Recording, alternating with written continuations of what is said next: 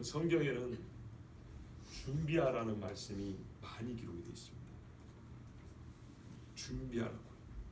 깨어 있으라. 준비하라. 준비하라. 왜 준비하라 그럴까요? 준비하는 것과 하지 않는 것의 차이가 있기 때문이죠. 이 땅에서 우리가 무슨 일을 해야든지 항상 우리 주님은 준비할 수 있는 지혜를 주시고 준비할 수 있는 도구도 주시고 함께 준비할 수 있는 동역자들도 세워주십니다. 그래서 하나님의 일들이 하나님의 때에 하나님의 사람들 통하여 이루어가는 것을 볼 수 있습니다. 중요한 일일수록 잘 준비해야 되고요, 큰 일일수록 많이 준비해야 되죠. 그렇죠. 그렇다면 우리가 준비해야 될 것 중에 가장 바르게 또한 부지런히 미리 준비해야 될 것은 주님 다시 오심입니다. 성경은 그분을 맞을 준비하라 그랬습니다. 근데 이때는 동시에 무슨 일이 벌어지냐면 마귀가 이 땅에서 허락받은 권세를 행할 날이 끝장나는 때입니다. 그러므로 마귀의 처지에서는 무슨 수를 써서라도 막고자 할 것이며, 막지 못한다면 그날 주님을 맞을 자의 수가 극도로 줄어들도록, 극소수화되도록 하고자 하는 것이 마귀의 마음일 거라는 것은 우리가 당연히 예상할 수 있습니다. 우리 주님은 마귀를 사랑하지 아니하고 하나님의 형상대로 지음받은 사람들을, 특별히 구원하기로 작정한 자녀들을 사랑하기 때문에 우리에게 그날 그때 있을 일을 미리 징조로 가르쳐 주어 준비하게 하신다 그랬습니다. 성경에도 그래서 전쟁을 위하여 준비하고 비가 내릴 것이니 마차를 준비하소서 그러고, 요셉의 때를 보십시오. 바로가 이스라엘을 다스리고 있긴 합니다. 이스라엘 백성들을 통치하고 있긴 하죠. 근데 하나님께서 그 땅을 치시고 수많은 사람이 기근을 줄 때 먼저 똑같이 7년 동안 풍년을 주사 준비하게 하셨습니다.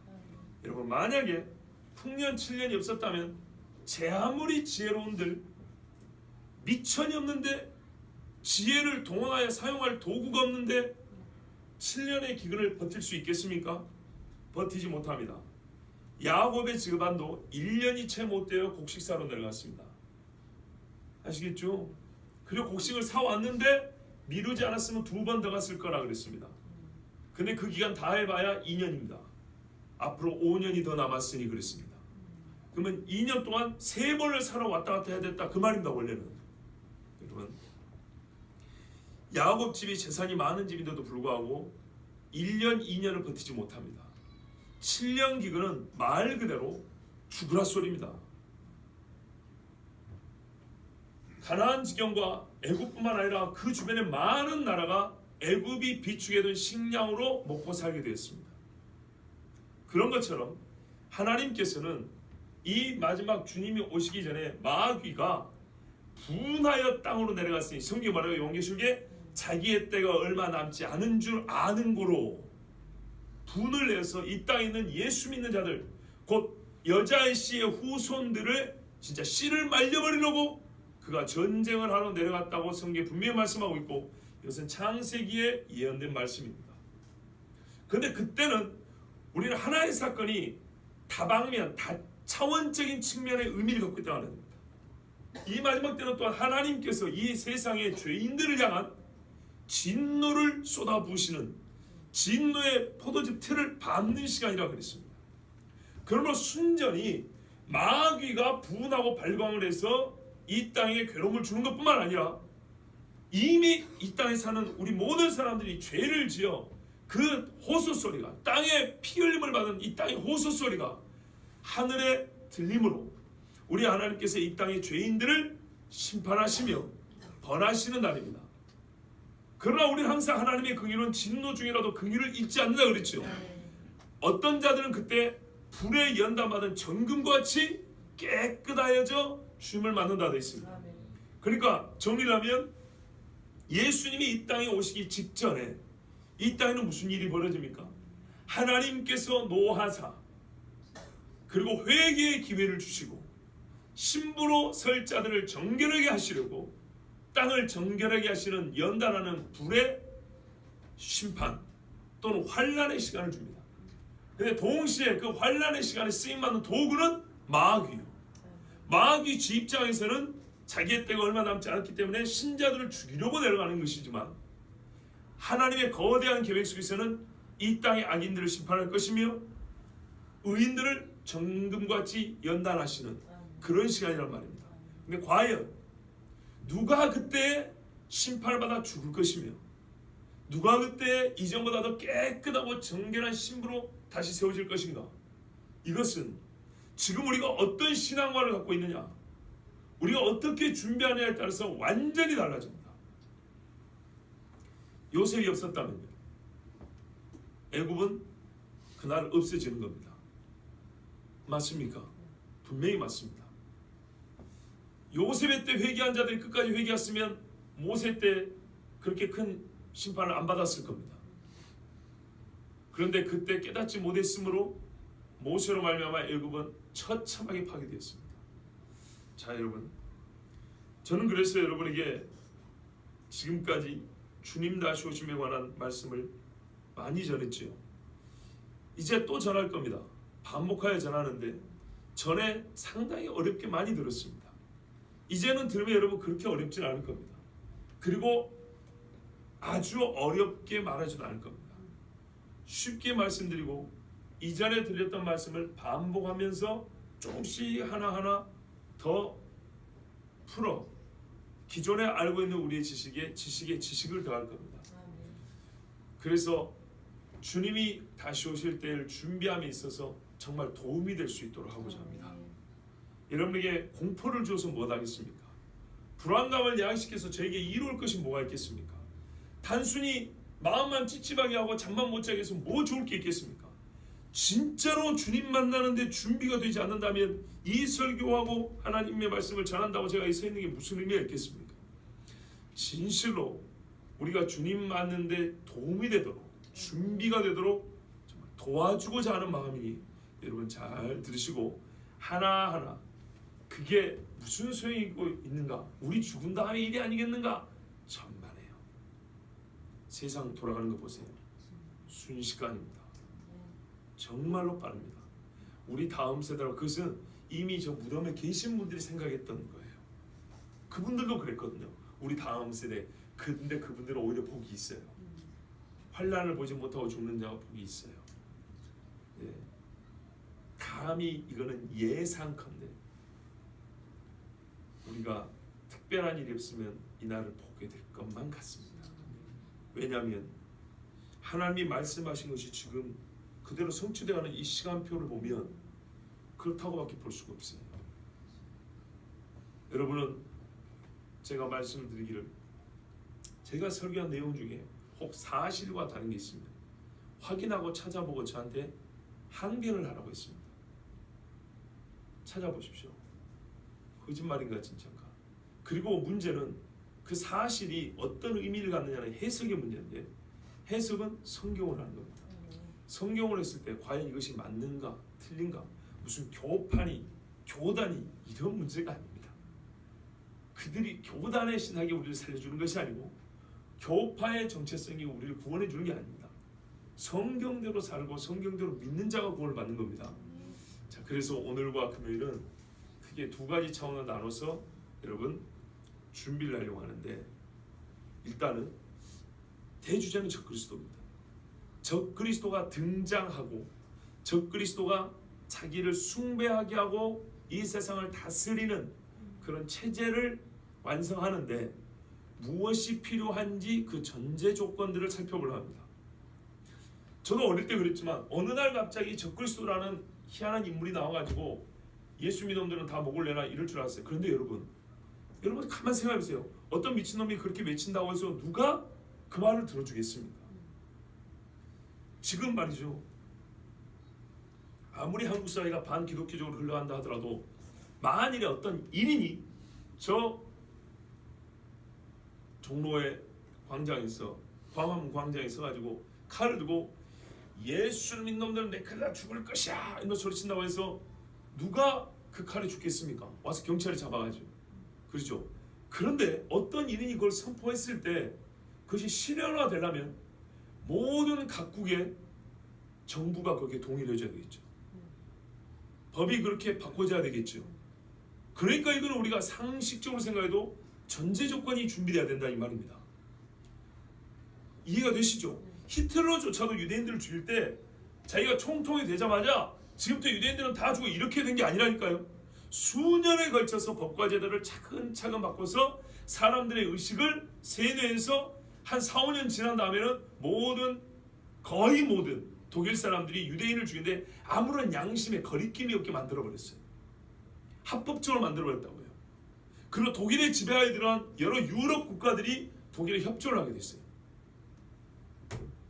그런데 지금 소위 전 세계가 거의 민주사회인데 어떤 사람이 와가지고 지금부터 예수쟁이들은 다 죽는다 이런다고 이게 가능하겠냐 이 말입니다. 불가능합니다.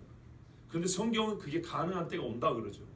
그러면 그 일이 이루어지기 위해서는 반드시 준비돼야 될 선행 조건들이 있다 이 말입니다.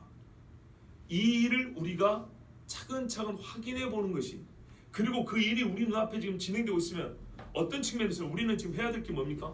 결론은 그때가 오더라도 막는 것이 우리의 도리라는 것입니다. 막으려고 애를 써야죠. 예레미야는 답을 알고 있었어요. 이게 우리 개혁 신학자 중에 철학자 중에 하나인 손봉호 장로님 이런 말을 써요. 선지자적 비관주의라고 말합니다. 그분의 표현을 따르면 선지자는 비관적 결론을 알아요. 결론을 몰라서 아니에요. 반드시 하나님은 유대를 멸망시키고 바벨론을 팔아버린다 그랬어요. 결론이 바뀌진 않아요. 그러면 그 결론이 났기 때문에 딱 손 놓고 그래다 죽어봐라 이럴 것이냐 이 말이죠. 아니라는 거죠. 선지자는 끝까지 뭐라 그래요? 그래도 주님 살려주십시오. 그래도 주님 남은 자를 보호해 주십시오. 우리를 알고 회개하게 해 주십시오. 이렇게 외친다는 겁니다. 바로 그게 종말을 기다리는 우리의 신앙의 한 형태가 되어야 됩니다. 자, 그렇기 때문에 적그리스도가 나타나서 교회와 그리스도를 핍박할 때 여러 가지 일들이 이제 할 것 성경에 나와 있는데, 그런 일들이 가능하기 위해서는 무엇이 선행되어야 되는가, 어떤 전제 조건이 마련되어야 되는가 했을 때 크게 나눠보면 하나는 종교적인 것이고 하나는 정치 경제적인 것입니다. 정치 경제 그냥 묻겠습니다.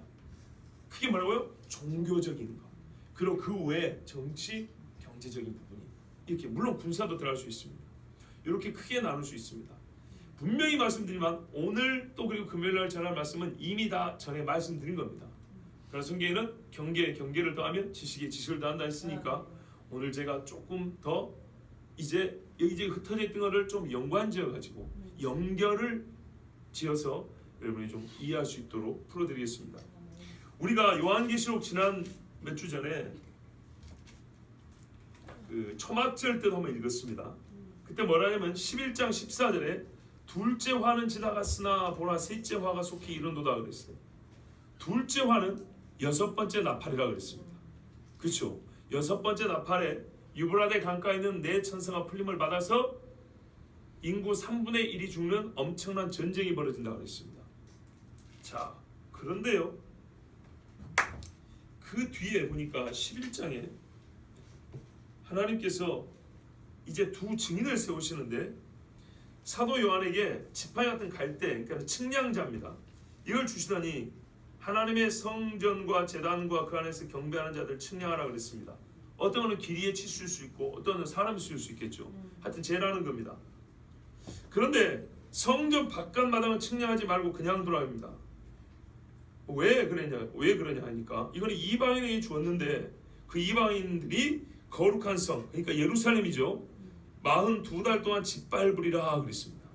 그러니까 거기는 측량하지 말고 내버려 두라는 겁니다. 얼마 동안 짓밟는다고요? 42달입니다. 아마도 이 일은 순서로 볼 때 여섯 번째 나팔이라고 불리는 그 대전쟁 후에 있을 일을 지금 말씀하고 있습니다. 요한계시록이 전부 다 시간 순서로 된 건 아닙니다. 그러나 이거는 전반적으로 보면 시간 순에 따라서 해석해도 될 것 같습니다. 자, 그런데 그때 동시에 하나님이 두 증인을 세웠는데 이 사람들이 굵은 베옷을 입고 1260일을 예언한다고 그랬습니다. 베옷은 언제 입죠? 슬퍼하며 통곡할 때, 즉 회개할 때 입는 것입니다. 그러니까 이들이 외치는 소리는 뭐라는 얘기죠? 회개하라입니다. 얼마 동안 외친다고요? 1260일. 1260일이면 여러분 우리는 365일이지만 히브리 달력으로 뭐 360일로 나누면 정확히 3년 반입니다. 그래서 3년 만에 외치는 기간을 말하는 겁니다. 42달은요 역시 3년 반입니다. 맞죠? 네. 그러면 이 두 3년 반이 겹칠까요? 아니면은 순서가 이렇게 앞뒤가 있을까요? 무엇이 앞일 것 같습니까? 이 두 증인이 외치는 게 앞입니다. 왜냐하면 뒤에 보면 아시겠지만 이 두 증인이 무적행, 지금으로 말하면 지옥에서 오는 짐승에서 죽임을 당한다 그랬습니다. 두 증인을 죽이는 짐승이 성전을 짓밟지 성전을 보호해 주겠습니까? 그러니까는 42달 동안에 짓밟기 전에 아니 3년 반 1260일 동안 외쳐서 그 짓밟히는 동안에 배도하지 아니하고 끝까지 믿음을 지킬 수 있도록 하나님이 뭐하는 시간을 줘요? 주님 앞에 회개하고 죄를 정결하게 하고 돌이킬 수 있는 기회를 준다고요. 이게 바로 여러분 뭐냐면 아까 말씀드린 요셉이 7년의 풍년 동안 준비하는 것과 같은 준비입니다. 우리가 지금도 준비하지만 요한일서에 말씀하는 내가 내 영을 부어주려 하는 그 결정적 그 기름 부으심 성령의 강력한 임재로 말미암아 이 마지막 환난을 준비하는 이때가 언제냐면 두 증인이 외치는 2260일 곧 3년 반입니다. 이 두 증인이 어떤 일을 하는가 보면은 이들이 어떤 이의 심령을 가지고 있는지 하나님이 어떤 선지자와 같은 일을 하게 하는지 알 수 있습니다. 우리가 예경컨대 누구 비슷한 일을 할 것 같습니까? 모세와 엘리야죠. 모세와 엘리야. 예수의 변화산의 초막절 절기 그 왜 변화산에서 초막셋을 짓다고 베드로가 말했죠. 이게 바로 마지막 있을 일인데 항상 성경에는 내가 내 사제를 앞서 보낸다 그랬죠. 엘리야의 심령을 누가 가지고 있다고요? 요한이 가지고 있죠. 근데 말라기는 또 뭐라 그래요? 엘리야를 보내요. 뭘 한다고요? 아버지를 아들에게로 아들을 아버지께로 옮긴다 그랬죠. 그 마음을 돌이킨다 그랬죠. 여러분 모세의 심령은 여호수아에게 임했고요. 그래서 여호수아는 모세가 똑같이 사역을 했습니다. 사도 세례 요한은 엘리야처럼 사역했습니다. 그리고 이 두 사람의 심령을 가진 두 증인이 이 마지막 때에 나타나서 역사를 합니다. 저는 여러분 이거를 추론을 합니다. 추론이라는 것은 현재까지 밝혀진 알려진 어떤 생각이나 주제나 근거를 가지고 결론을 도출해가는 사고의 과정입니다. 우리가 알고 있는 이 성경에서 보여주는 이 사실들과 이 사실들이 이루어지고 있는 이 현상들을 현재까지 것들을 모두 종합해 볼 때 이런 결론을 내릴 수 있다는 겁니다. 이건 하나님이 우리에게 주신 생각의 능력입니다. 자 보세요. 그들이 이 땅에 주 앞에서 있는 두 감람나무와 두 촛대니 셈이란 건 하지 않습니다. 분명한 건 뭐예요? 하나님께 쓰시는 두 종이라는 얘기죠. 여러분 그 스룹바벨 이야기할 때하고 스가랴서에 보면 또 요한계시록 앞에 보면 교회 사절 촛대 이야기 나오죠. 그러니까 하나님 쓰시는 뭐라고 한마디로 두 종이다 그 말입니다. 마지막 때 쓰는 기름 부음 받은 성령의 감동하는 아주 매우 중요한 두 종이다 이런 말이죠. 만일 누구든지 그들을 해하고자 하면 그들에 비해서 불이 나와서 그들의 원수를 삼켜버릴 것이요. 이거 어디서 봤어요? 엘리야 때 이야기죠. 그죠? 아합이 잡아오라 하니까는 50명 군대를 보냈지만 하늘에서 불이 두 번 때리고 다 죽여버렸죠. 그 다음에요. 모세를 대적한 자들은 어떻게 됐어요? 하나님의 불이 나와 살라 죽여버렸죠. 맞습니까? 그들을 누구든지 그들을 해하고자 하면 반드시 그와 같이 죽임을 당하리라. 3년 반 동안에는 절대 해할 수가 없어요. 그러면 두려워하겠죠. 그때 이들이 외치는 것이 하나님의 복음이고 주님 다시 오신다는 얘기일 거 아니겠습니까? 이때는 미안하지만 두려워서라도 억지로라도 들을 수밖에 없는데 그래서 진짜 마지막 부흥했다는 거예요. 어떤 선지자, 아니 선교사는 이런 말을 하더라고요. 인도에서 하나님 앞에 정말 부름받은 강력한 기름 부음 받은 선교사는 이런 말을 했어요. 예루살렘에서는 이런 일이 있고 그럼 하나님은 예루살렘에서만 일을 하시겠네요.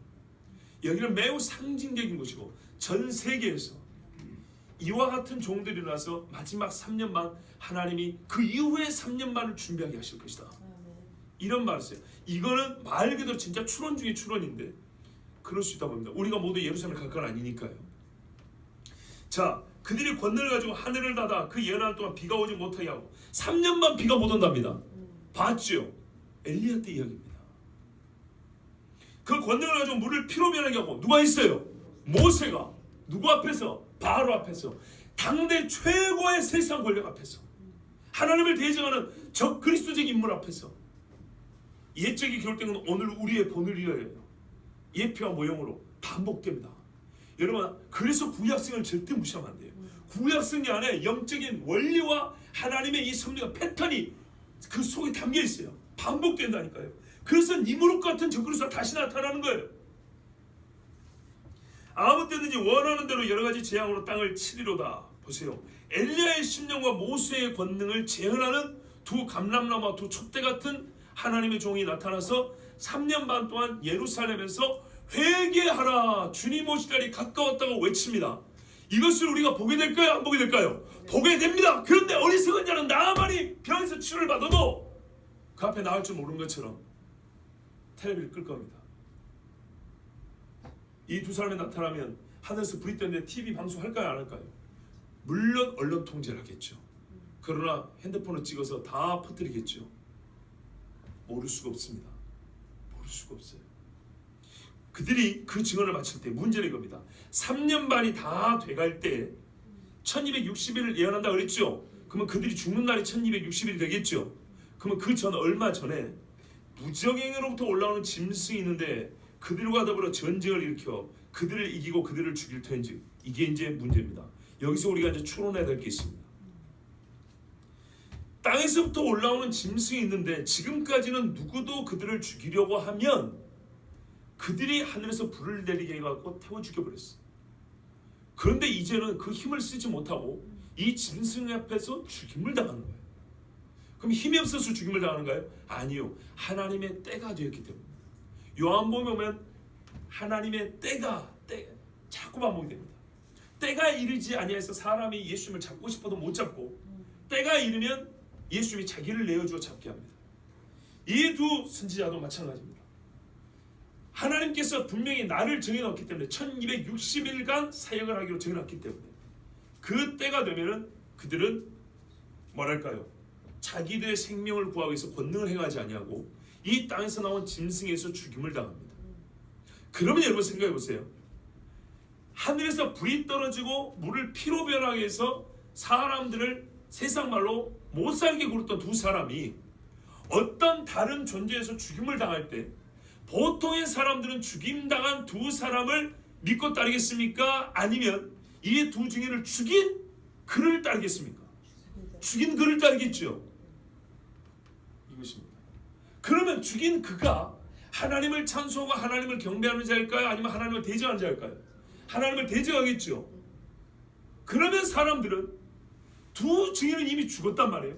근데 그들을 죽인 그가 하나님을 대적하고 하나님 앞에 신성모독적인 말을 하고 교회를 핍박할 때 이 땅의 사람들은 과연 그를 잘못됐다고 하고 교회를 보호할까요? 교회 편을 들어줄까요? 아니죠. 여러분, 두 증인, 하늘에서 불이 떨어지게 하는 물로 피를 만드는 두 증인을 죽인 그를 어떻게 대적한단 말이에요? 전부 다 고개를 조아리고 따라가겠죠. 그래서 3년 반, 소위 말하는 후 3년 반이라는 대환란이 시작되는 겁니다.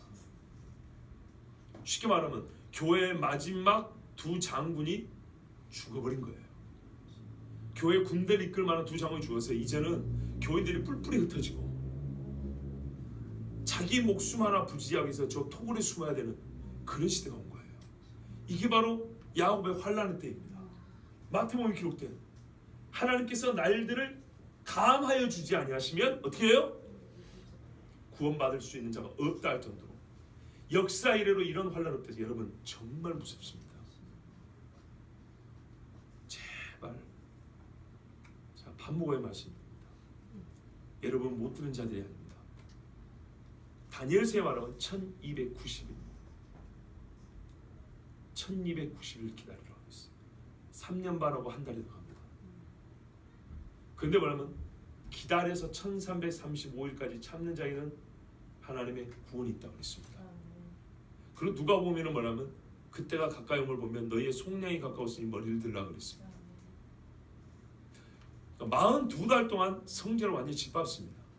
그런데 뒤에 한 달이 남았고 또 45일이 더 있죠. 그러면 이거를 우리가 생각할 때 어떻게 된다고? 이 날수는 뭔가 할 때 보면 마귀의 때가 다 되고 요한계시록 19장 하면 예수님께서 백마와 그 탄자들 그래서 내려와서 이 땅에 대적자를 친다 그랬죠. 그래서 그 시간이 아닌가 우리가 이렇게 생각할 수 있는 겁니다. 이거는 추론입니다. 자, 이 두 증인이 죽임을 당하는데 그 시체가 큰 성 길에 있으니 길에서 죽은 거예요. 길에 이제 그 시신이 널브러져 있습니다. 장사를 지내줘야겠죠. 안 해줍니다. 그 성은 영적으로 하면 소돔이라고도 하고 애굽이라고도 하니 곧 그들의 주께서 십자가에 못 박히신 곳이라. 아이고 예루살렘이네. 예루살렘인데 어떻게 해요? 소돔 애굽이라고 부르고 있습니다. 바벨론은 아닙니다. 바벨론은 아닌데 그 타락상이 소돔과 애굽과 같다는 겁니다. 왜 그렇죠? 소돔과 애굽에 무슨 일이 있었습니까? 분명히 하나님이 천사와 선지자를 보내서 회개 기회를 줬습니다. 돌이킬 수 있는 기회를 줬습니다. 그러지 않았습니다. 예루살렘에서 예수님이 외친 게 3년입니다. 물론 갈릴리로 왔다 갔다 하셨지만 그러나 끝내 그들은 회개하지 아니하고 예수님을 못 박았습니다. 훗날 유대인 중에 회개한 자가 많겠지만 이걸 아셔야 됩니다. 이스라엘과 예루살렘은 유대인만 사는 게 아닙니다. 이방 사람들이 벌써 거기에 상주합니다. 왜? 평화주의 때문입니다. 우리가 일찍이 들은 또한 유대인 중에 다 예수 믿을까요? 다 회개할까요? 그렇지는 않죠. 세상 권력과 이렇게 손잡은 옛적의 바리새인과 사두개인 같은 사람들은 여전히 있기 마련입니다. 자, 여기 보십시오. 백성들과 족속과 방언과 나라 중에서 사람들이 그 시체를 사흘 반 동안을 어쩐다고요? 보며. 성경을 보세요. 본다고요. 어떻게 볼까요? 이 말은 뭐예요? 한마디로 온 세상 사람들이 본다는 거죠. 그러니까 이거는 TV 방영이 되는 겁니다. 요즘으로 하면 만약에 2000년이면 불가능한 얘기입니다. 어떻게 본다는 거예요? 백성과 족속과 방언과 나라가 올 네이션스가 어떻게 본다는 말이에요. 이거를 요즘 같은 세상은 가능합니다.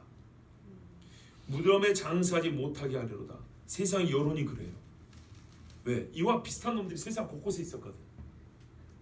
그러면 이 찰나에 어떻게 될까요? 이 두 사람이 죽임을 당했을 때 핍박이 시작될 수 있겠죠. 이 두 선지자가 땅에 사는 자들을 괴롭게 한 거로 보세요. 이래서 그런 거예요. 뭘 괴롭게 했습니까? 회개하라 했다는 것입니다. 주님 올 날이 진짜 코앞에 다가왔다고 외쳤다는 것입니다. 이것이 사람들을 괴롭게 한 겁니다. 왜요? 노아의 방주도 마찬가지입니다. 시집가고 장가고 먹고 마시기 좋았어요. 사람들이 유토피아를 만들었다고 좋아하던 때였어요. 땅에 사는 자들이 그들의 죽음을 즐거워하고 기뻐하여 서로 예물을 보내리라. 얼마나 좋았으면 사람 죽었다고 예물을 보냅니다. 이런 일은 지금까지 없었습니다. 그 말은 이들의 외침이 매우 극적이었다는 것이고 이들의 외침에 반대하는 자들은 정말 하나님이 가차없이 처벌했다는 겁니다. 왜요? 진짜 끝입니까? 여러분 농담이 아니라 모든 일 진짜 끝이라면 어떻게 합니까? 우리가 사력을 다하죠. 정말 끄트머리예요. 마귀도 사력을 다합니다. 하나님도 본래 전능하신 분이지만 우리의 마음을 돌이키고자 하나님의 권능을 나타내고자 하나님은 그의 공의의 법칙 안에서 모든 것을 다 행하십니다. 3일 반 후에 하나님께부터 생기가 들어갔습니다. 그랬더니 썩어가던 시신이 아까 방금 준 거 아닙니다. 나사로처럼 벌떡 일어났습니다.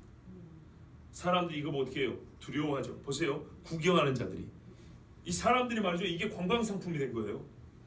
와가지고 어이구 침 뱉고 돌 던지고 이렇게 구경하는 거예요. 파리가 끓고 있는데 개들이 뜯어먹고 있는데 이리 구경하는데 갑자기 아골골짜기에 그 군대가 일어나듯이 두 사람의 뼈마디가 달라고 살이 생기고 살이 차오르고 혈색이 돌더니 생기가 들어서 벌떡 일어나 버린 거예요. 정말 기겁할 일이죠. 그래서 두려워는 했어요. 그 현상에 두려워는 했어요. 그러나 하나님께 완전히 회개하지는 않습니다. 그때 하늘로부터 큰 음성이 있습니다. 이리로 올라오라 함을 듣고 구름을 타고 올라갑니다. 그들의 원수들도 구경합니다. 아마 이것도 볼 수 있을 겁니다. 그때 이들을 죽인 죄로 말미암아 하나님이 이 일에 대하여 당장에 봉하시는데 큰 지진이 나서 성 10분의 1이 무너지고 지진에 죽은 사람이 7천이라고 보도가 나올 겁니다. 그 남은 자들이 두려워하여 영광을 하늘의 하나님께 돌리더라 그랬습니다. 자, 사람들이 하나님께 영광을 돌리지만 예수님 당시에도 하나님께 영광을 돌리는 자들이 곧 돌이켜 예수를 못 바로 외쳤으니 이 말을 곧 온전한 회심이라고 받아들이기 어렵습니다. 어떻게 보면 여기까지가 둘중합니다. 보세요. 어디까지라고요? 이 여섯 번째 나팔이 불면서 큰 전쟁이 일어나죠. 그리고 그 전쟁 후에 선지자 두 사람이 나타나서 전 세계적인 진짜 마지막 기름 부으심과 환란을 준비합니다. 물론 이때에도 여러분 크게 보면 환란입니다. 왜냐하면 이미 인과 나팔이 불려지고 있잖아요. 그러니까 하나님께서 사람 이 땅에 있는 죄인들에게 내리시는 진노는 이미 시작됐어요. 이미 시작됐는데 제가 지금 말하는 환란, 대환란이라는 것은 마귀가 옛뱀이와 용이 이 땅에 쫓겨나서 진짜 마지막 이 땅에 있는 사람들 중에 그리스도인들을 잡아 죽이는, 완전히 여자의 씨를 멸해보려 하는 작정을 내려오는 그 3년 만을 특별히 지칭해서 대환란이라고 말하는 겁니다. 아시겠죠? 예, 그 전에는 평온했다는 얘기가 아닙니다. 처처에 지진이 있고 화산 폭발이 있고 기근이 있고 전쟁이 있고 질병이 창궐하고 이런 일은 하나님께서 이 땅에 있는 사람들에게 이미 내리시는 진노의 경고입니다. 이것들은 시작이 됐는데 그 일이 있는 중에 어느 때인가 큰 전쟁이 있고 그리고 두 선지자가 나타나서 3년 반을 외친다 이 말입니다. 아시겠죠? 그때 소위 7년 한 일에 평화조약이 거의 맺어진다는 거죠. 평화조약이 맺어질 때 7년이 시작될 때 전반부의 3년 반은 이 두 사람이 외치고 전 세계적인 말 그대로 진짜 평화 왔는갑다 하면서 교회도 평안하고 의외로 갑자기 말이죠. 그리고 막 성경 역사도 나타나고 그래서 준비가 되는데 대적들은 어떻게 해요? 이 후반부 3년 반을 해서 칼을 갈고 있는 시기죠. 그리고 이 3년 반이 지나고 두 번째 화가 지나갔습니다. 이제 세 번째 화가 시작이 됩니다. 그때 이 징조로 12장에 보면 여러분 그 사이에 일곱째 나팔이 불고 여자와 용 이야기 나오죠. 우리 지난 여름 수련 때 들었던 이야기죠. 바로 요 사인이 곧 이제 끝이 다가됐다라는 사인으로 주어지는 겁니다. 아마 생각할 때는 이 일곱 번째 나팔이 휴거가 있을 거라고 생각을 합니다. 그러니까는 이 마지막 대환란 3년 만에 시작되기 전에 휴거가 있을 것이라고 생각이 되고요. 그럼에도 불구하고 남은 자들이 있습니다. 이게 제가 저희 아버지한테 어릴 때 들은 이야기인데 이런 말씀하시더라고요. 믿는 자가 휴거가 되긴 하는데 믿음이 없어서가 아니라 하나님께서 남겨놓은 사람이 있다 이런 말을 했어요. 그런데 제가 그 말을 뭔 말인지 못 알아먹는데 성경 읽다 보면 그런 것 같아요. 보세요. 마지막 나팔이니까 일곱째 나팔에 어떻게 합니까? 성도들 올라가죠. 그런데 또 보면 남은 자들이 있어서 싸웁니다. 그러니까 이 부분은 정확하게 말씀드려요. 제가 또 이렇게 설교한 적이 있어요. 이 마지막 일곱 번째 나팔하고 마지막 일곱 대접의 마지막, 이 마지막들은 종합하여 한 번에 일어날 수도 있다. 뭐 이런 설교를 한 적이 있어요. 그러니까 역시 여러분, 저 역시도 계속 진짜 추론에 추론을 더해가면서 말씀에 말씀을 연구해가면서 하나씩 여러분들에게 가르쳐드리고 전하는 겁니다. 완벽하게 모른다 그랬습니다. 자, 하여튼 이 두 사람이 죽은 후에 이와 같은 사인이 있고 혹 휴거도 있을 수 있고 하늘의 징조로 별자리에 사인이 있고 이제 어떤 일이 본격적으로 벌어지냐, 아까 그 두 증인을 죽였던 그 짐승의 시대가 이제 본격적으로 펼쳐집니다. 그게 이제 13장인데요. 보세요. 13장에 두 짐승이 나옵니다. 한 짐승은 바다에서 나오고 한 짐승은 땅에서 나옵니다. 자, 그러면 아까 이 두 증인을 죽였던 짐승은 어떤 짐승일까요? 한번 생각하면서 들어보세요. 내가 보니 13장입니다. 한 짐승이 바다에서 나왔다 그랬어요. 뿔이 10이고 머리가 7이라. 그 뿔에는 10 왕관이 있고 그 머리에는 신성보도하는 이름들이 있더라. 2016년 초에 문 앞에서 엎드려 있는 네 번째 짐승이라는 주제로 설교를 길게 하고 유인물 나눠드린 기억이 있습니다. 그때는 여기 안 계신 분들도 있었기 때문에 모를 수도 있지만 필요하면 지금 자료 드릴 겁니다. 그때 이 짐승이 바로 다니엘이 본 네 번째 짐승이라고 했습니다. 다니엘서 2장과 7장에 말씀된 그 짐승이라고 그랬습니다. 넷째 나라요, 네 번째 짐승이요. 그것이 그 짐승만 특별히 구체화되어 조명된 게 바로 이 장면입니다. 왜? 앞에 것들은 이미 지나갔기 때문이죠. 여기는 이 짐승은 보세요. 내가 본 짐승은 표범과 비슷하고 그 발은 곰에 발 같고 그 입은 사자의 입 같은데 용이 자기의 능력과 보좌 큰 권세를 그에게 주었더라. 다니엘서하고 결합하여 이 말씀 보면 불균형적인 모습을 보인다고 그랬어요.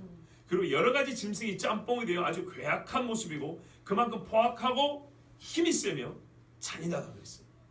그런데 그는 어떤 짐승이냐 할 때 이 짐승은 상징적으로는 짐승이지만 실제로는 나라와 왕들이라고 그랬어요. 기억나시죠? 예. 그의 머리 하나가 상하에 죽게 된 것 같더니 근데 그 중에 한 왕이 죽을 것 같았는데 죽게 되었던 상처 나오며 온 땅에 놀랍게 여기 짐승을 따르더라.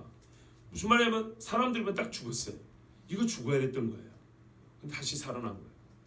이건 거의 신적인 권능이 아니고서는 불가능한, 의학으로도 설명이 불가능한 그런 일이 일어났어요. 그래서 사람들은 어떻게 해요? 이 사람을 신으로 여기고 거의 신성화하여 따른다고 그랬습니다.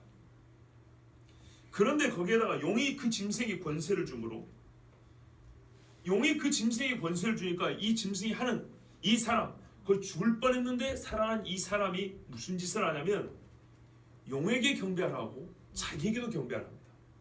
보세요.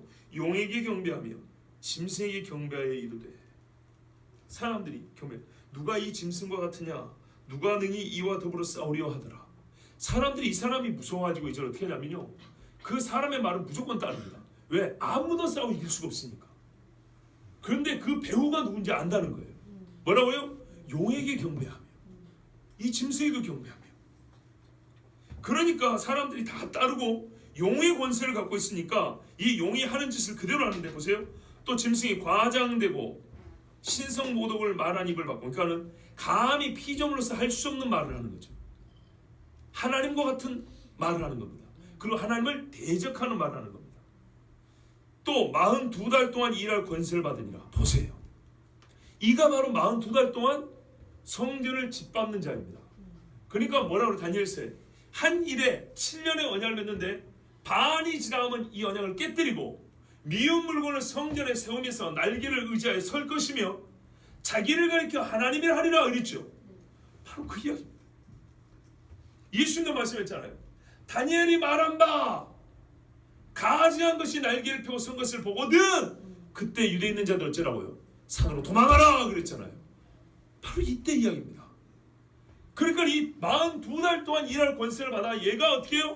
그제는 잠잠히 있다가 두 증인이 해치워지니까 용이 큰 권세를 줘서 이기고 나니까 이제 봤지, 내가 이렇게 권능 있는 자야, 나야말로 하나님이야, 이런 거예요. 왜? 하나님의 이름으로 선포한 자들을 죽여버렸잖아요.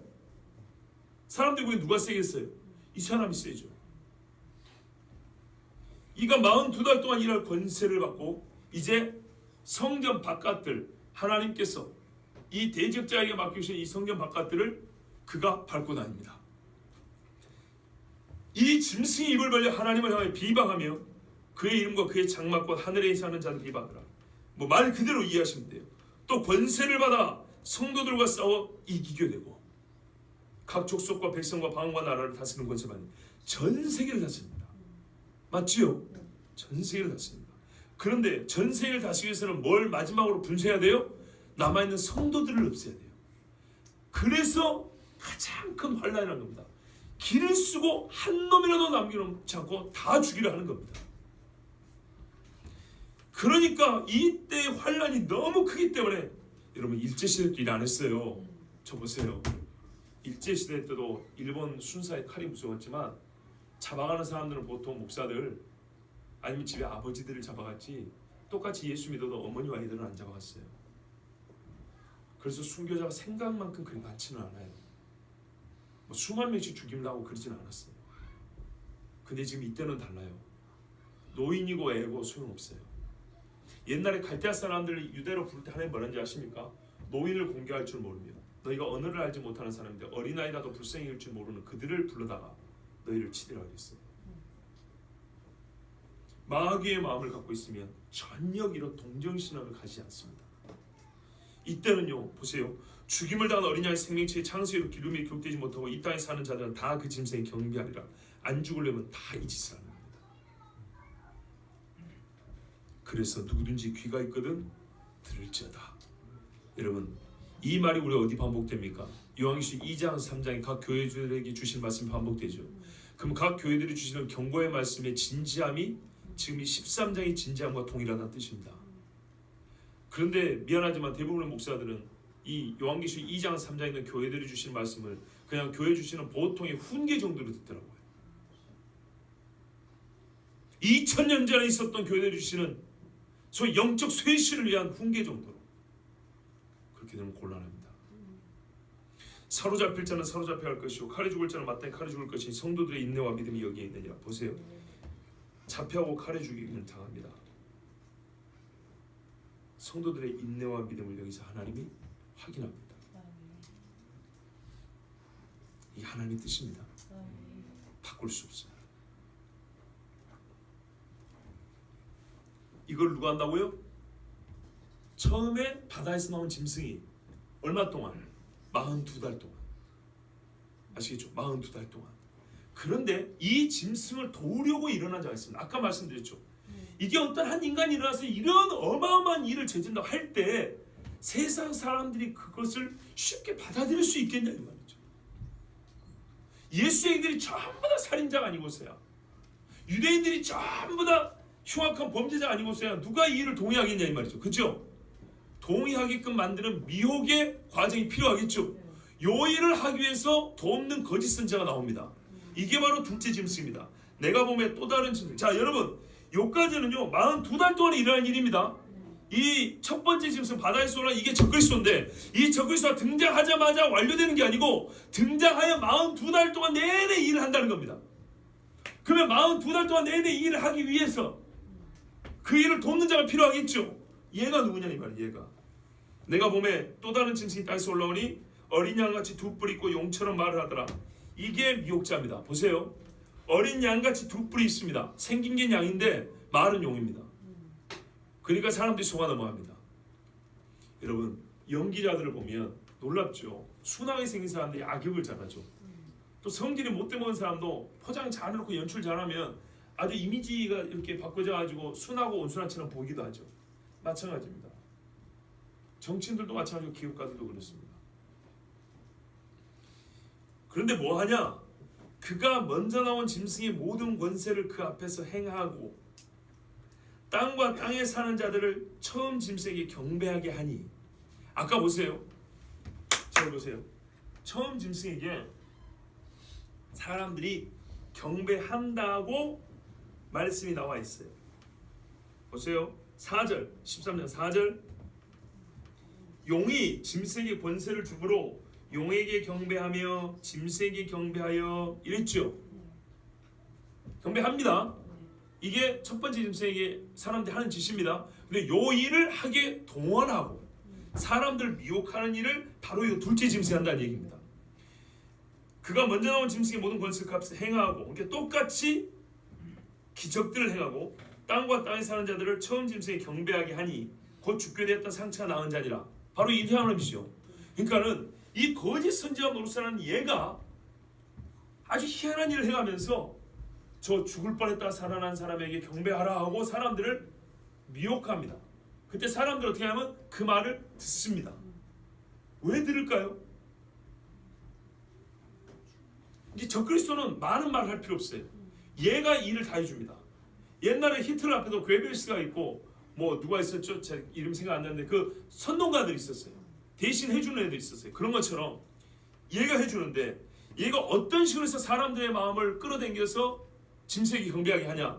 보세요. 그 다음에 큰 이적을 행하되 심지어 사람들 앞에서 불이 하늘로부터 땅에 내려오게 하고. 아까 두 선지자가 했던 거 똑같은 일을 하는 거예요. 그 사람들은 죽었어요.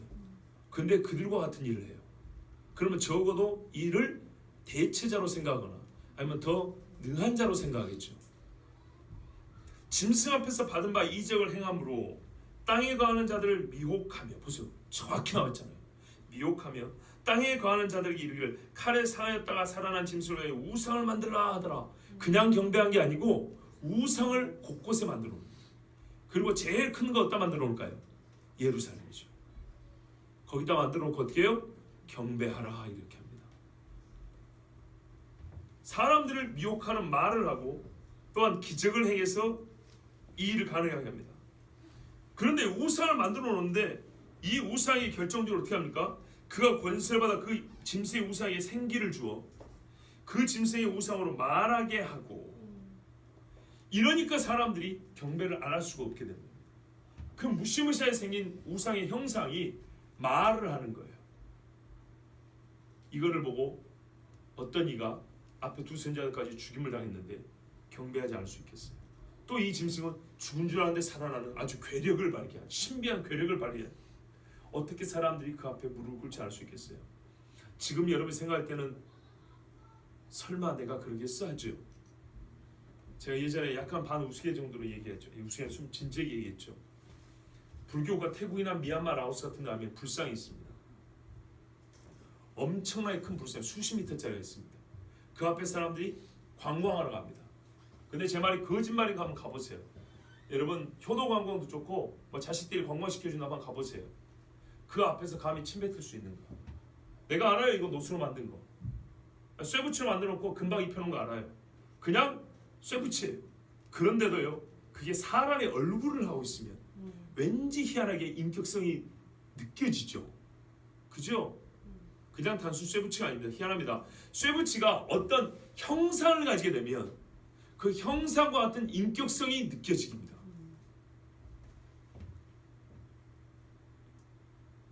이 불상 앞에 옛날에 제가 말씀드렸죠. 존 스토트라고 영국의 복음주의자 목사가 양심적으로 고백했다고.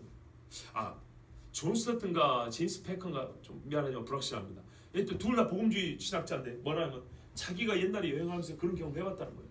갑자기 불상 앞에 서는데 내가 복음주의 목사인데 경외심이 생기더라. 나도 모르게 그 어마어마한 사이즈에 말이죠. 희한하더라. 이거를 제어하는 게 힘들었다. 이게 싸움이랍니다. 그런데 이 엄청난 형상이 이미 사람의 얼굴을 갖고 있는데 거기에다 어떻게 해요? 말까지 한다. 그럼 그 소리가 어린애들처럼 야 이리 와봐 이렇게 있어요? 아니겠죠. 소위 위험 있는 목소리로 쩌렁쩌렁 울리는 소리겠죠. 그러면 어떻게 합니까? 사람들이 그 앞에서 절하게 된다 이 말입니다. 그러면서 말하냐? 이 우상 앞에 절하지 않는 자는 보세요. 며칠든지 다 죽이게 하더라. 실제로 적그리스도의 앞제비 노릇을 하는 죄가 바로 이 두 번째 짐승, 땅에서 나온 짐승입니다. 그러면 아까 두 선지자를 죽인 자는 누굴까요? 무적행에서 짐승이 나와 이 두 선지자를 죽였다 이렇게 돼 있어요. 누가 죽일까요? 추정컨대 두 번째 짐승이죠. 맞습니까? 보세요. 첫 번째 짐승은 실제로 뭐랄까요? 이렇게 이 사람을 죽이는데 앞 전선에 나타나지 않아요. 이 포악한 행위를 하는데 왜? 얘는 평화의 왕으로 보여야 되니까. 지금 그리스도 안에 있으니까. 그러나 모든 주권은 얘가 갖고 있고 모든 힘은 지가 발휘를 해요. 근데 실제로 이거를 사람들 앞에서 자기는 이미지 세탁하고 자기를 경배하게 만들고 경배하지 않는 자들을 실제로 죽이는 이 피를 손에 묻히는 일을 누가 해요? 이 둘째 짐승을 한다고. 그리고 미혹하여 선동하여 이 짐승에게 절하게 만드는 일을 이 두 번째 짐승이 한다고요. 그랬을 때 우리가 추론하기를 이 두 번째 짐승은 뭡니까? 적그리스도는 아니지만 적그리스도와 동일한 용의 영, 용의 권세를 받아 세상을 미혹하는 자, 곧 이를 요한계시록 17장 18절 하면 이 존재에 대한 심판이 기록되어 있어요. 뭐냐면 큰 음녀요, 피에 취한 자요, 그리고 이름하여 바벨론이라 이렇게 되어 있습니다. 그런데 제가 지금 로마 카톨릭과 신비주의 우리 공부하는 분들 오늘 배울 건데, 옛날에 바벨론의 신비 종교에서 여신들은 금잔을 갖고 이렇게 나옵니다. 요한계시록 그대로 나온 겁니다. 현재 금잔을 들고 자기들의 영광을 스스로 높이는 자들이 누구냐? 말 안 해도 여러분 제 대답을 할 겁니다. 붉은 옷을 입고 다니며 뱀을 섬기며 온갖 이교의 신비가 있는 것들을 짬뽕을 해가지고 그 손에 금잔을 들고 자기들의 포도주를 마시는 자가 누구냐면 로마 카톨릭입니다. 구원하기는 여러분 이 주일 예배 마치고 자주 안 합니다. 오후에 다른 일들이 있어서 띄엄띄엄 하긴 하는데 로마 카톨릭과 신비주의 공부에 지금이라도 좀 같이 해주시길 바라요. 정말 여러분 오래된 이 괴계입니다. 마귀는 에덴 동산에서부터 끄트머리를 하나님 말씀 들었기 때문에 그들의 운명에 따라 그들은 마지막을 준비해 왔습니다. 마귀는 처음부터 마지막을 준비했다고요. 그래서 심히 깊어요. 이 마귀의 깊은 것이라고 되어 있다고요. 성경에 표현이 그렇게 되어 있다고요. 사단의 깊은 것, 세상에 높여주는 표현이 아니고 이게 실제이기 때문인 거예요.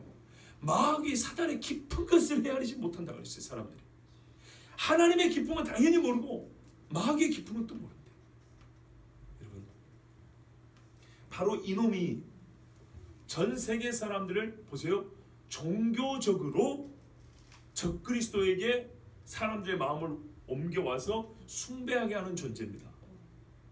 이가 바로 종교 체제로서 세상 사람들을 미혹하며 또는 죽이면서 당근과 채찍을 그러네요. 술잔과 칼을 들고 예수 그리스도를 배도하게 하고 적그리스도를 숭배하게 하는 종교 체제의 우두머리라고 볼 수 있는 겁니다. 왜? 지금 하는 행동이 그거잖아요. 이건 종교적 행위입니다. 종교적 행위인데 엄청난 권력을 가지고 있죠. 여러분 옛날에 중세 말이죠. 로마 카톨릭은 세상 권력보다 훨씬 강했습니다. 그래서 그들 스스로 재판을 했고 그들이 사람을 죽이는 권세를 가졌습니다. 얼마를 죽였다고요? 통계로 나오면 8천만. 그러면 그렇지 않은 사람까지는 억 단위 사람을 죽였습니다. 그래서 요한계시록 17장 18절에 뭐라고 되어 있는지 아십니까? 피에 취하였더라. 성도들의 피에 취하였더라.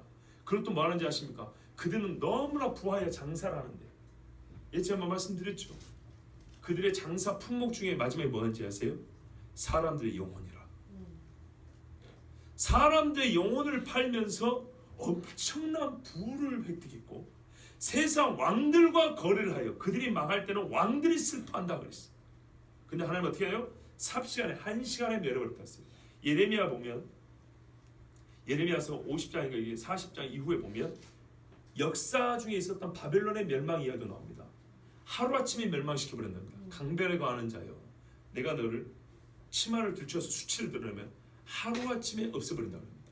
이건 실제로 역사 중에 바벨론 멸망할 때 그렇게 없어졌습니다. 그리고 똑같이 그 말씀을 뭡니까? 반복적 이중적 예언이라고 그랬죠. 똑같이 이 바벨론도 뭐라냐면 하나님이 하루에 없애버린데 1시간에 없애버린다 했습니다. 왜 그렇게 가능할까요? 불로 때려버리면 1시간에 없어져 버립니다. 그런데 뭐냐면 거기를 큰 성, 시티 그랬습니다. 킹덤도 아니고 네이션, 나라도 아니고 뭐라고요? 시티, 하나의 도시라고 그랬습니다. 큰 도시인데 이 도시가 만국을 미혹하고 음녀들, 각종 귀신들의 영이 모이는 곳이요 그 귀신들의 모태와 같은 곳이다 그랬습니다. 가장 큰 종교 세력이며 가장 큰 정치력을 행사하는, 여러분 그거 아세요? 바티칸의 시국입니다. 시국인데 대사들이 파견되어 있습니다. 바티칸에서 대사를 파견도 합니다. 처음 듣는 분들 계실 겁니다. 모르셨죠? 나라이면서 도시입니다. 도시면서 나라 행세를 하고요.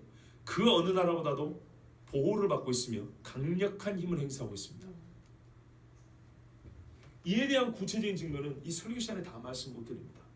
그러나 여러분, 우리가 지금 주시는 말씀 안에서 추론을 해봅시다. 마지막 때 무슨 일이 벌어집니까? 큰 전쟁 이후에 하나님께서 이 전쟁 후에 우리가 유대인들이 돌아오는 이야기 있죠. 스가랴서 앞에 밭자루 초막질 이야기 있잖아요. 속죄일 그 나팔질 얘기 했잖아요. 그 돌아오는 역사가 있을 것. 그러면서 동시에 세상은 평화를 추구하는, 그러니까 이 병행 사건이 일어난다고요. 그래서 이스라엘을 중심으로 전쟁을 했기 때문에 평화조약 7년을 맺는 어떤 한 인물이 나타날 것인데 그가 처음에는 잠잠해요. 사람들은 그가 누군지 잘 모를 것이에요. 그런데 갑자기 이 전쟁을 겪고도 깨닫지 못하는 자들에게 두 증이 나타나죠. 엘리야의 심령과 모세의 권능을 가지고 외치면서 하나님의 그 구약시대에 봤던 정말 이 불같은 외침을 외치면서 회개하러 돌이키고 저 그리스도를 꿰뚫어 봐야 된다고 이렇게 외칩니다. 그런데 한편에서는요, 이 둘째 짐승이 나타나 아니라고 저 새끼들이 거짓말쟁이고 거짓 선지라고 쌍방간에 전쟁이 일어나지 않겠습니까? 그런데 저쪽이 하나님의 정의 때까지는 함부로 치지를 못합니다. 그렇죠? 그런데 하나님의 정의 외치는 기한이 다 할 때는 어떻게 해요? 저쪽에 짐승이 이 두 사람을 죽입니다. 그래서 이제 이들은 승기를 잡았다. 그러나 하나님께서는 마지막 증거 한 번 더 부활하여 올립니다. 그죠? 부활하여 올리는 이게 바로 성도의 마지막 소망이죠. 그러고 이제 남은 자들의 진짜 인내와 믿음의 연단 시간이 펼쳐집니다. 이게 바로 대환란이라고 부르는 겁니다. 이때 이 둘째 짐승은 이제 승기를 잡았고 그 용이 준 마지막 그 힘이 권세가 있기 때문에 더러운 입으로 괴변을 쏟아내면 개구리 같은 그런 말들, 그리고 우상을 만들고 그게 말을 하게 하며, 또한 앞에 있었던 두 정인보다 더 강력하게 보이는, 사람들 보기에는 하늘에서 불이 떨어지게 하는 권세를 행함으로 첫 번째 짐승, 곧 죽었다가 살아나는 자, 마치 죽음에서 스스로 부활한 것 같은 그렇게 이미지를 사람들에게 이미지를 그렇게 만들어서 드러낸 가짜 그리스도를 섬기게 할 것이고, 그것을 하지 않는 자는 죽이기도록 할 것입니다. 전 세계 종교는 이렇게 한 종교로 모아집니다. 보세요, 한 사람을 섬기잖아요. 이게 바로 종교 통합, 여러분 지금 되어가는 과정을 보십니까? 이 종교 통합을 누가 지금 차근차근 준비하고 있다고 보십니까? 유엔과 로마 가톨릭입니다. 유엔의 결의서에, 여기 지금 젊은 분들 중에 제가 예전에 청년 때 설교했던 걸 들으신 분 있는데, 유엔에 여러분 결의한 게 있죠. 유엔 결의서가 뉴스에 다 보도되지 않습니다. 극소수가 보도됩니다. 한 해에 수백 개의 땅 결의서가 있습니다. 그 중에 이스라엘에 관련된, 나라를 보면 이스라엘에 관련된 결의서가 제일 많습니다. 이스라엘 관련된 것도 한두 개 빼고는 전부 다 부정적인 것들입니다. 요즘엔 좀 모르겠어요. 트럼프가 있어서 어쩐지. 근데 하여튼 이 결의서들 중에 벌써 수년 전에 나온 결의서가 뭐인지 아십니까? 전 세계는 종교로 말미암아 몸살을 앓고 있으니 세계 종교는 하나로 모은다. 로마 카톨릭이 중심에 선다. 이게 유엔 결의서입니다. 저한테 있으니까 궁금한 분들은 찾아오세요. 보여드릴게요. 이런 건 뉴스에 나오던가요? 근데 만약에 이게 거짓말이면요, 이 거짓말 책으로 낸 사람이나 이거 거짓말로 설교한 나나 다 수익으로 쳐야죠. 그것만 있는지 아십니까? 그러면 여러분, 이게 그렇게 하자고 됐냐고요? 유도해 나가야겠죠. 그래서 여러분, 종교가 하나 되는 게 제일 중요한데, 이것을 위하여 이 종교심을 하나로 모을 수 있는 또 다른 체제들이 움직이는 겁니다. 가동을 하는 겁니다. 진리는 없다라고는 말을 퍼뜨린다든지, 아시겠죠? 괜히 종교 때문에 막 싸움이 일어나는 이런 가짜 전쟁과 테러를 막 만들어낸다든지. 여러분 실제로요, 야 이거는 정치 경제 이야기할 때 해야 되는데 조금 말씀드리면, 가짜 테러가 많이 있다는 거 아십니까? 미국에 재난 배우들이 있어요. 재난 연기 전문 배우 학원도 있어요. 제 말이 거짓말이면 내가 목사직을 내려놓습니다. 미국의 연기 학원 중에 테러나 지진이나 총기 사고 있죠, 비행기 사고 같은 거 있죠, 이 사고 당했을 때 연기를 하는 그런 것만 배워서 연기를 가르쳐주는, 연기하는 자들을 배출하는 학원이 있어요. 그리고 거기서 배출된 사람들이 테러 일어났다고 했을 때 반복해서 나와요. 모르시죠? 미국 사람들도 몰라요. 왜? 한번 보고 1년 있으면 까먹어버리거든요. 근데 그 사람이 또 나와요. 그리고 여러분 그거 아세요? 뉴스는 편집을 하죠. 편집하지 않은 장면들이 또 떠 있는 게 있어요. 어떤 거냐? 예를 들면 총기 사고가 나가지고 와 소리치고 하죠. 컷! 그러면 다시 생사고 돌아와요. 다시 한번 찍읍시다. 이번에는 환자 이송하는 거. 그러면 막 이러고 막 가요. 컷 하면 그 다음 어떻게 해요? 여기 이거 뭐라 그러죠? 침대 뭐라 합니까 그거? 갑자기 생각 안 나는데, 하여튼 거기서 내려와서 쌩쌩하게 걸어와요. 그리고 분장 다시 해요. 제 말이 거짓말이면 내 목사직을 내려놓습니다. 다 그런다는 게 아니에요. 이런 가짜도 있다는 얘기입니다. 근데 한 번이라 하더라도 이 가짜는 얼마나 중요한지 아십니까? 얼마나 중요한지 아세요? 제가 죄송합니다. 자꾸 말이 길어져서 금요일날 말씀드릴 건데 못 올 분들이 있으니까 하나 더 말씀드릴게요. 유럽이 경제 파탄 나라는 나라가 많죠.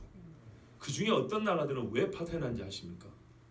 파탄난 이유 중에 하나, 이유 중에 하나, 관광으로 먹고 사는 나라들이죠. 관광으로 먹고 사는 나라들의 테러가 일어나면요, 여러분 같으면 가겠어요? 1년 동안 손님 끊겨버리면요, 국가 경제 어떻게 될까요? 순식간에 땅으로 곤두박질 칩니다. 이게 가짜든 진짜든 누가 알 게 뭐예요? 뉴스에 그 나오면은 그날 관광 관련 상황을 다 끊어버립니다. 제가 드리고 싶은 말씀은 뭐냐? 이런 시스템을 만들기 위해서는 사전 작업이 필요하다는 것이고, 이런 사전 작업을 만드는 방법은 다양하다는 겁니다. 우리가 사단의 깊은 것을 알지 못할 뿐이지, 마귀는 여러분 거짓말의 명수라는 걸 왜 그렇게, 여러분 정말 제발 좀 진지하게 들어주세요.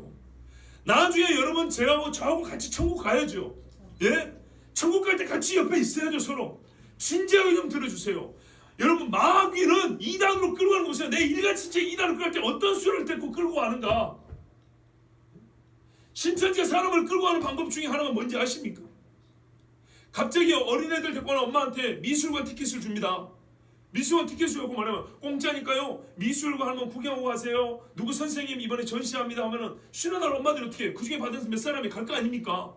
가요. 공짜로 구경 잘합니다. 휴가 잘 보냅니다.